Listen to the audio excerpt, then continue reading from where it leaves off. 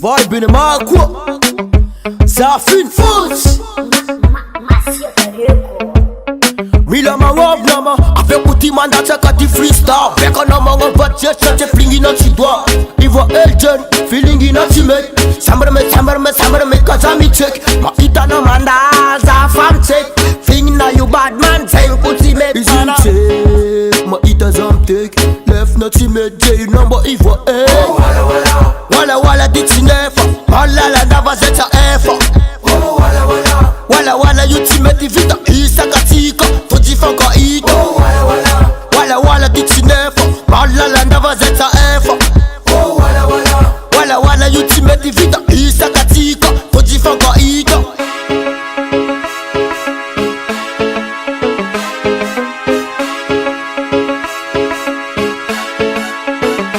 Maringa ngat ni mar miss favor miss daal Misiti yang tenga boko miss malenga tenga Misiti yang tenga misi mamurera tenga Sasa na bizenge kundi tenga mbuni tenga Wala isa katika fanuzi Iska no maita za ananyantuzi Singfu ambara noza Bara kwana za tevita wala isa katika fanodi Full nga ambara noza no nyandi tozi Wala isa katika fanodi Full nga ambara noza no nyandi tozi Wala dixi nefa Wala la dava zeta efa Wala you teammate vita Isa katika Tojifanka ito Wala dixi nefa Wala la dava zeta efa Wala you teammate vita Isa katika Tojifanka ito No jam la carte Papa na you pede Pati Tisi rapare It's like Tisi mande Imaluza foto no isa nanda velteng Si vita no mande anefa no chimanga teng Andet ki vita na kanega azabeki anteneng Valer lo kivreni na ka adinga na fa vula mena Wal vula mena Yo, vula mena